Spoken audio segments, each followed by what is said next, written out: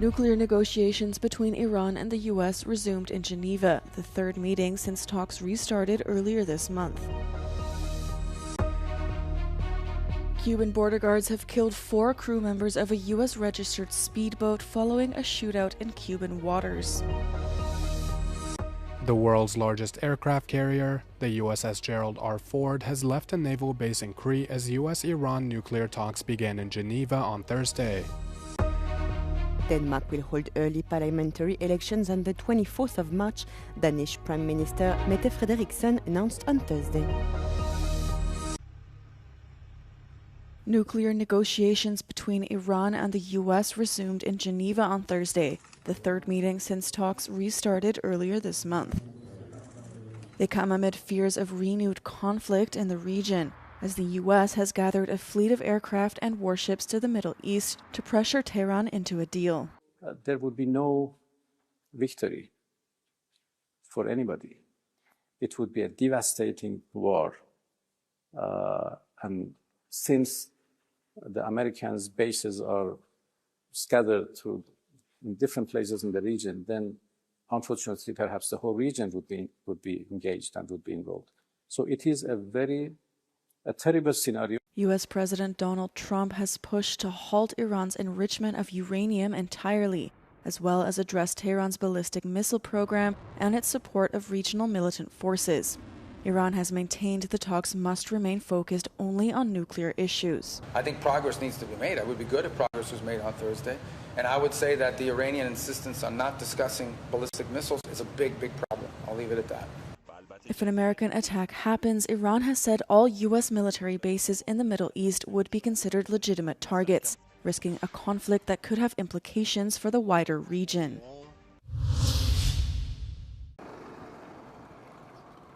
Cuban border guards have killed 4 crew members of a U.S.-registered speedboat after the vessel failed to stop when ordered in Cuban territorial waters and allegedly opened fire on the police boat. Cuba's government said later that the 10 passengers were armed Cubans living in the U.S. who were trying to infiltrate the island and unleash terrorism, identifying some of them as wanted individuals by Cuban authorities. U.S. Secretary of State Marco Rubio told reporters that he was made aware of the incident and that the U.S. is now gathering its own information. Suffice it to say, it is highly unusual to see shootouts in open sea like that.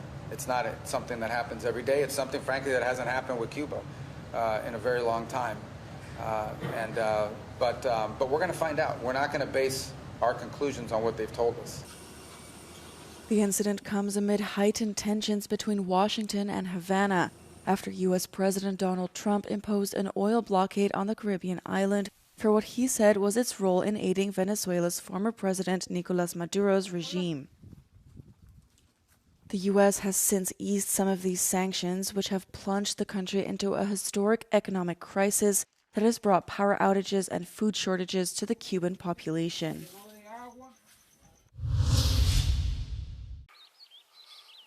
The world's largest aircraft carrier, the USS Gerald R. Ford, has left a naval base in Crete on Thursday, according to multiple media reports. The mobilization comes as the US and Iran opened a new round of nuclear negotiations, mediated by Oman's foreign minister in Geneva on Thursday. The vessel has been at the U.S. Naval Support Activity Suda Bay base in Crete since Monday. It's not yet clear where it's headed, but many suspect it may be joining existing naval strike groups, including the USS Lincoln, in waters near Iran as tensions continue to soar.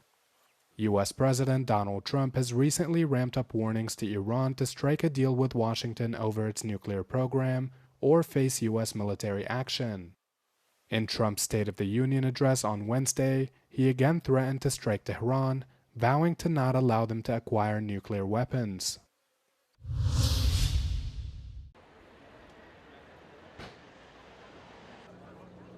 Denmark will hold early parliamentary elections on the 24th of March, Danish Prime Minister Mette Frederiksen announced on Thursday. Voters are called to the ballot box several months early, following a tense standoff with Washington over Greenland. Kære danskere, jeg har i dag indstillet til Hans Majestæt Kongen, at der udskrives valg til Folketinget. I ved, hvad jeg står for.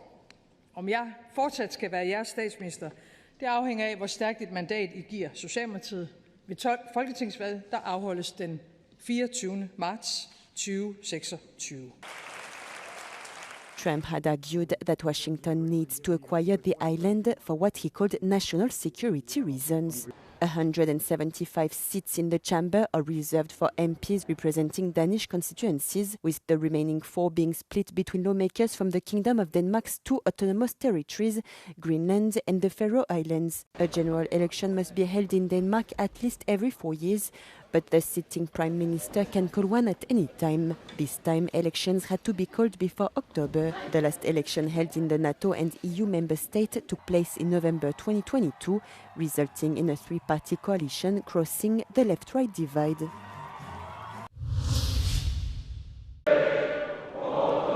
French far-right leader Marine Le Pen said that the decision to run for the 2027 presidential election doesn't depend on her will, but is in the hands of 3 judges. Je ne suis pas fataliste, je sais très bien que la décision de cette candidature ne dépend pas de moi. Elle dépend aujourd'hui de 3 magistrats qui décideront si oui ou non les millions de Français qui veulent voter pour moi pourront le faire ou pas. If the court follows the lower court's ruling that sentenced her to wear an electronic tag, she won't be able to campaign, she said.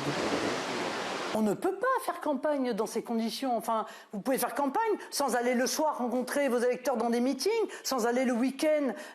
Enfin, ce serait une autre manière de m'empêcher, évidemment, d'être candidate.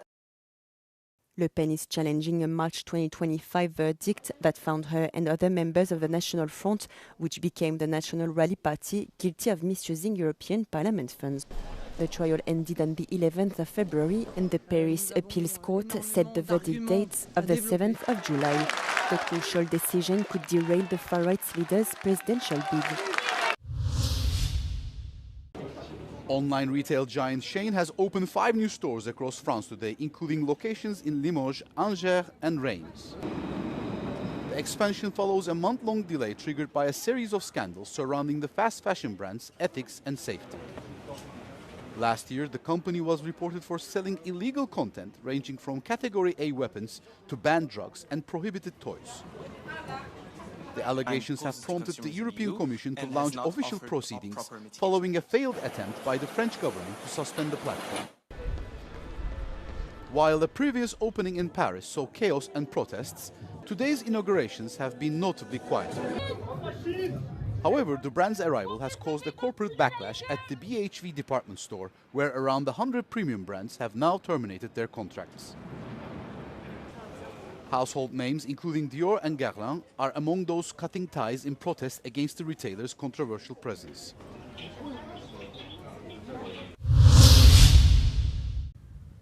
For much of Finland's eastern regions, life has been on hold after the country moved to shutter its border with Russia in December 2023.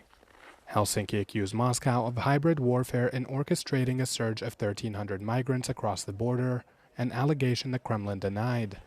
In several areas, business has ground to a halt after the decision. Many small cafes, restaurants and shops relied heavily on the daily border crossings as a core part of their revenues. At its peak, almost 2 million people crossed the border into Finland a year, but now there are none, suffocating local trade. Many have had to reduce operating hours, significantly cut back on costs, with employment being the main slash, or close entirely.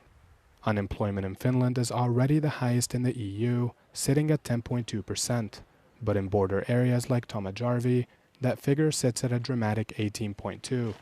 Some local officials had complained that there hasn't been enough government support to ease the burden on their communities after the closure.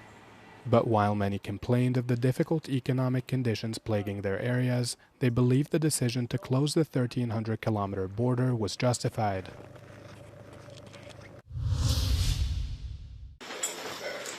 Germany and China are seeking common ground on economic issues despite geopolitical differences. German Chancellor Friedrich Merz is concluding a 2-day visit to China on Thursday. Berlin and Beijing, the world's third and second largest economies, agree on the turmoil caused by US tariffs. However, China's support for Russia in its war against Ukraine is a problem. The German Chancellor has asked his counterpart to use his influence to end the conflict. Faced with these challenges, Friedrich Merz is calling on Europeans to take action to strengthen their economic and military capabilities so that they can exert influence in the new world order that is currently being built. Germany and the EU are seeking to rebalance trade with China. The bloc wants Chinese companies to build factories on the old continent. The EU also wants China to reduce its production overcapacity, which is driving down prices in sectors such as electric vehicles and solar panels. The head of the World Economic Forum stepped down on Thursday after the organization opened an internal probe into his past contacts with convicted sex offender Jeffrey Epstein. Borge Brende, the World Economic Forum's president and chief executive, announced he was stepping down after more than 8 years in the role, saying the decision followed careful consideration. The forum launched its investigation earlier this month after the US Department of Justice released a large tranche of files linked to Epstein, which drew fresh scrutiny across global business and political circles. The forum, however, did not detail the nature of Brende's contact with Epstein. Brende, Norway's former foreign minister, has led the forum since 2017, overseeing the organization through the pandemic period and a series of internal governance reforms. Being named in Epstein-related files does not in itself imply wrongdoing.